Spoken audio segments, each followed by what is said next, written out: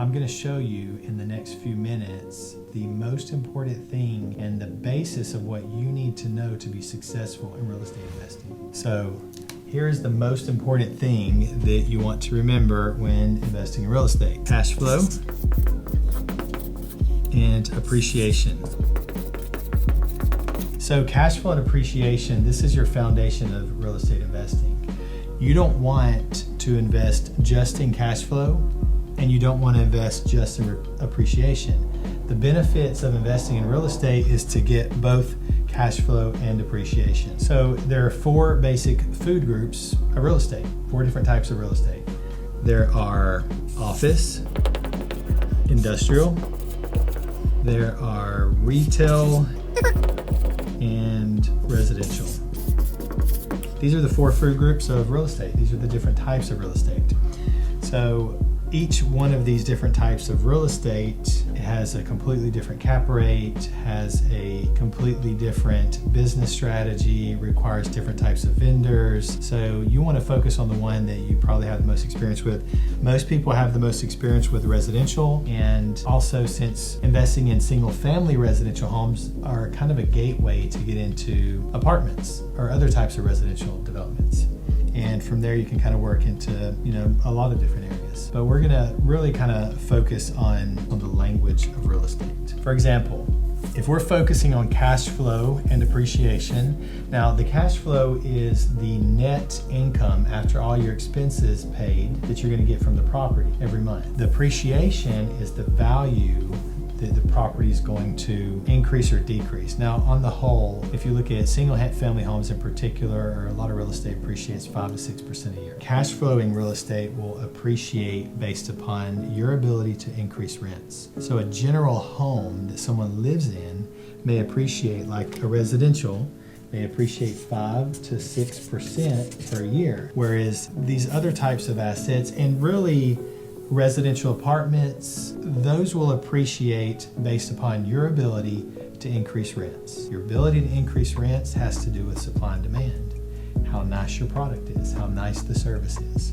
So if you can get rents to grow every year, then the value of these assets are growing.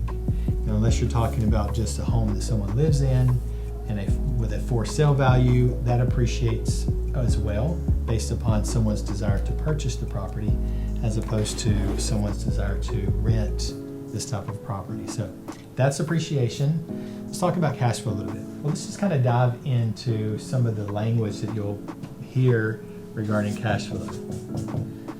You've probably heard things like cap rate. You've probably heard something like cash on cash.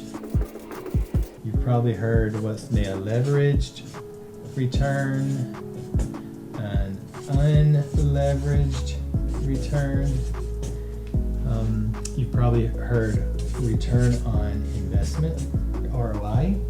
Maybe you've heard ROE, return on equity, IRR, or equity multiple, and the list just goes on. Okay, so of all these, I'm going to show you the ones that you actually need to focus on. Okay. The one that you must know is you must know and understand a cap rate. You need to know what a cap rate is, because that's how you actually value, and you know what? There's supposed to be an E on the end of that. Cap rate. That's how you value cash flowing real estate. So the way to calculate a cap rate is you take all your gross income coming in from the property and you minus out operating expenses. Now there's 5 types of operating expenses: taxes, insurance, property management, vacancy, and then you have maintenance. But if you can remember those 5 things all together, 5 things you're going to deduct from your gross rents, and that's going to give you what's called your NOI. Gross rents minus annual taxes, insurance, property management cost, vacancy, and maintenance will give you NOI, net operating income. And now if you take your NOI divided by your all-in costs, you've got a cap rate. So again, I'm not going to go into the formulas today. We're going to go through those on a different video, but today I want you to understand the language that people are going to be using and the ones that you need to know about. So you need to understand a cap rate, because whatever the cap rate percentage is, that is how you determine how much you can afford to pay for the property. And I get asked oftentimes, how do you know if it's a good deal? Well, one of the biggest benefits of real estate today is leverage, being able to borrow money. That's where you have a leveraged return, is when you're borrowing money, and an unleveraged return is when you're just paying cash for the property. And in the US, we have really great financing options, and leverage is very helpful for us to get returns on real estate investing. So the way you can tell if it's a good deal or not is the cap rate on the property needs to be higher than your interest rate.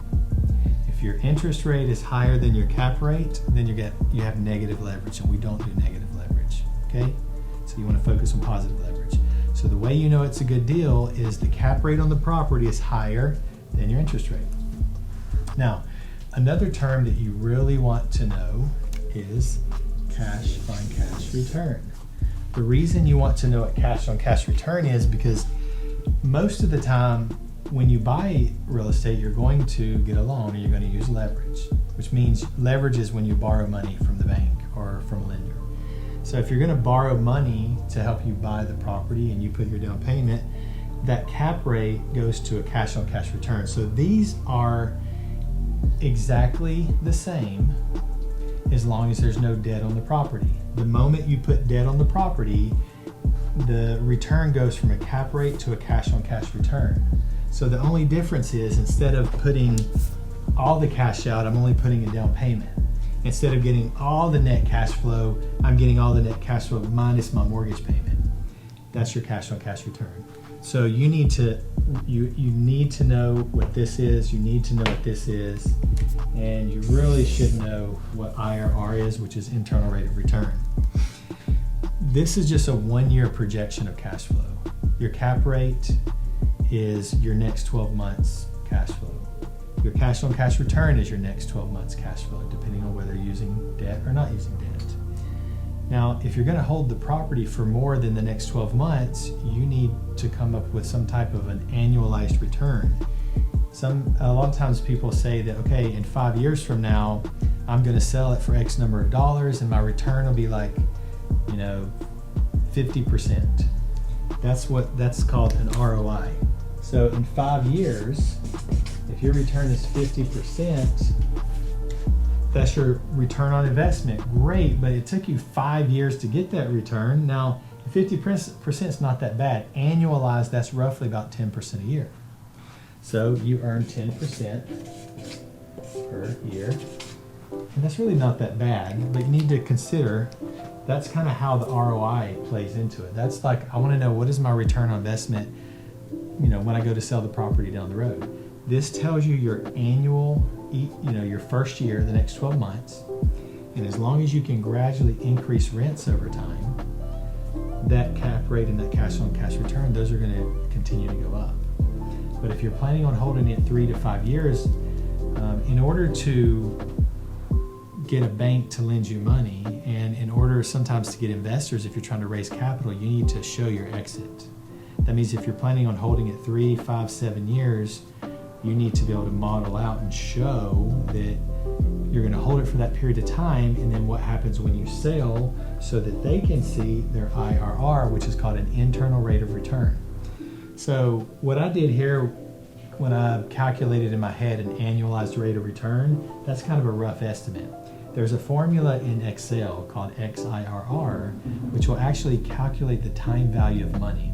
So the IRR is the return that you get on your money as long as your money's in the investment. So as long as the money's invested, it'll give you your true annualized return. And then any monies that come out, are not part of that, counts as your return of capital. So your IRR will tell you more scientifically what your annualized return was. So, for example, if your IRR on this property was 12%, it's going to take all the cash flows you received for the 3 to 5 years, however long you held it for, and it's going to take all the sale proceeds that you received when you sold the property, put all those together, use the time value of money, and it says that you've earned 12% on that asset every year since you've held the asset. And so these three terms right here are really what most professional investors use. They also use, some people like to use an equity multiple instead of an IRR. The equity multiple tells you, how many dollars you're getting back. Are you doubling your money, tripling your money? So a 1 multiple means you got your money back. A 2 multiple means you doubled your money. I just wanted you to understand what these terms mean.